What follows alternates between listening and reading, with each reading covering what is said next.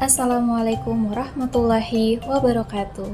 Halo everyone, perkenalkan nama saya Dwi Suci Susilawati, NIM 22373056. Saya dari Program Studi Pendidikan Guru Pendidikan Anak Usia Dini, Universitas Muhammadiyah Kendari. Tujuan saya untuk membuat video ini adalah untuk memenuhi tugas pada mata kuliah Ilmu Alamiah Dasar yang diampu oleh Pak Roni Almaludin, SPD MPD. Nah, kita lanjut ke videonya. Oke, dalam video kita ini kita akan membahas tentang bioteknologi. Loh, udah ada yang pernah dengar nggak? Bioteknologi itu apa sih?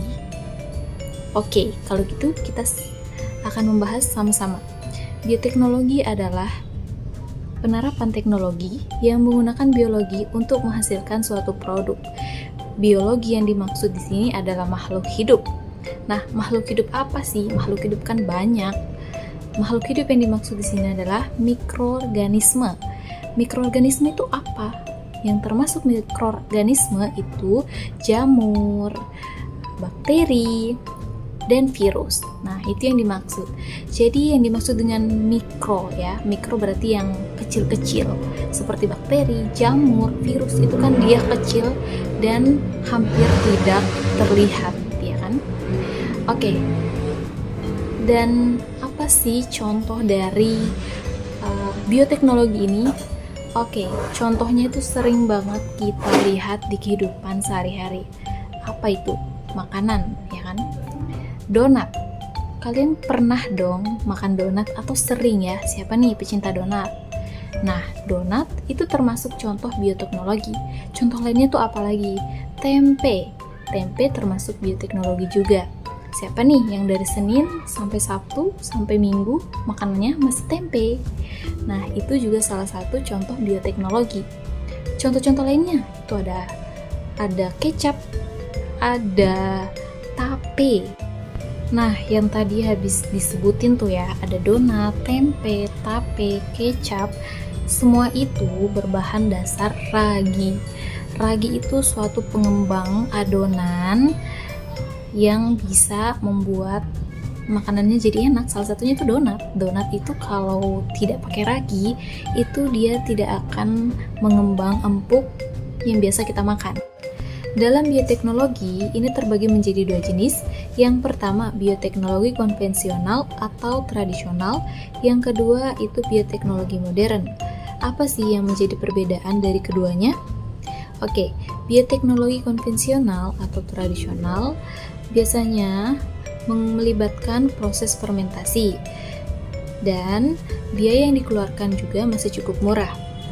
Dalam bioteknologi ini masih menggunakan teknologi yang sederhana dan memanfaatkan organisme secara langsung. Yang kedua, itu bioteknologi modern, di mana dalam produksinya melibatkan rekayasa genetika dan menggunakan biaya yang cukup mahal.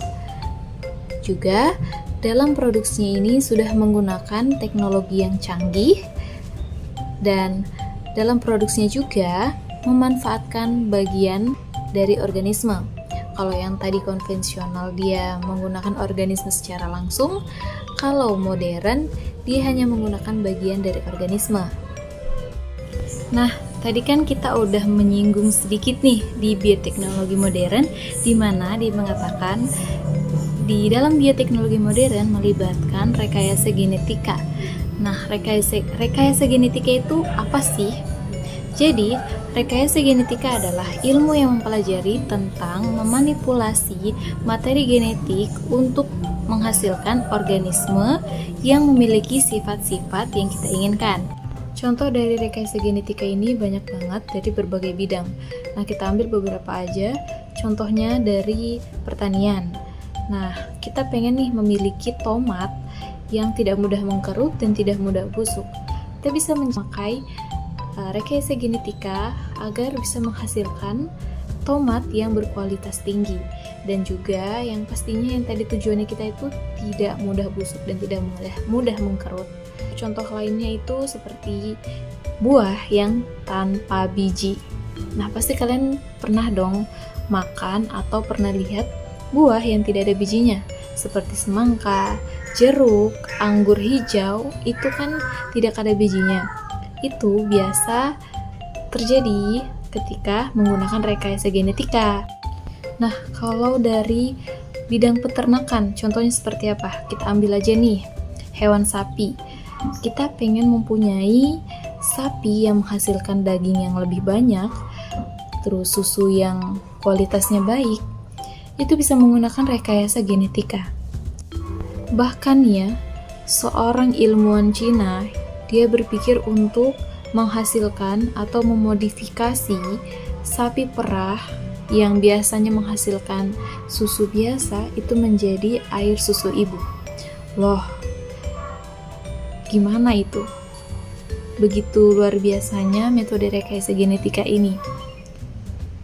Sampai bahkan air susu ibu itu juga bisa dihasilkan oleh hewan sapi.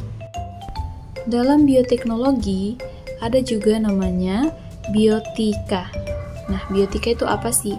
Biotika adalah ilmu yang mempelajari tentang etika dan moral dalam penggunaan ilmu pengetahuan dan teknologi, terutamanya dalam bidang biologi dan kedokteran. Nah, biotika ini membahas tentang bagaimana kita harus menggunakan ilmu pengetahuan dan teknologi secara etis dan bertanggung jawab, serta tidak merugikan lingkungan maupun masyarakat.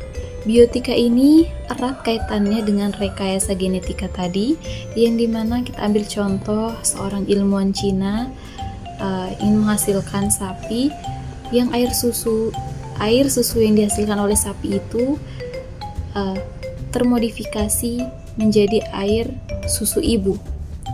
Nah, jika ini tidak dibarengi dengan etika yang baik yang tadi kita sebut biotika, maka akan disalahgunakan dan bisa berdampak buruk juga untuk manusia. Jadi, jika kita memiliki ilmu tentang itu, kita harus bisa menggunakannya sebaik mungkin dan jangan ada yang dirugikan di antara kita, apalagi sampai mencemari lingkungan.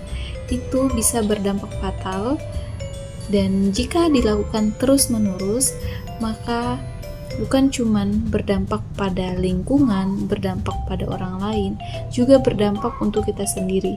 Kita dapat merugikan diri sendiri. Oleh karena itu, kita tidak boleh egois atau terobsesi dengan yang kita ingin lakukan, tapi kita harus memperhatikan juga lingkungan sekitar, apakah itu baik atau tidak. Kalau kita salah gunakan, maka apa yang tidak diinginkan akan terjadi. Baik, itu tadi pembahasan tentang bioteknologi yang kita juga sama-sama dengar ya, luar biasa. Bioteknologi ini punya banyak manfaat dan punya dampak positif dan juga dampak negatifnya. Oke, sekian dari saya. Terima kasih untuk teman-teman yang udah menonton. Saya ucapkan wassalamualaikum warahmatullahi wabarakatuh.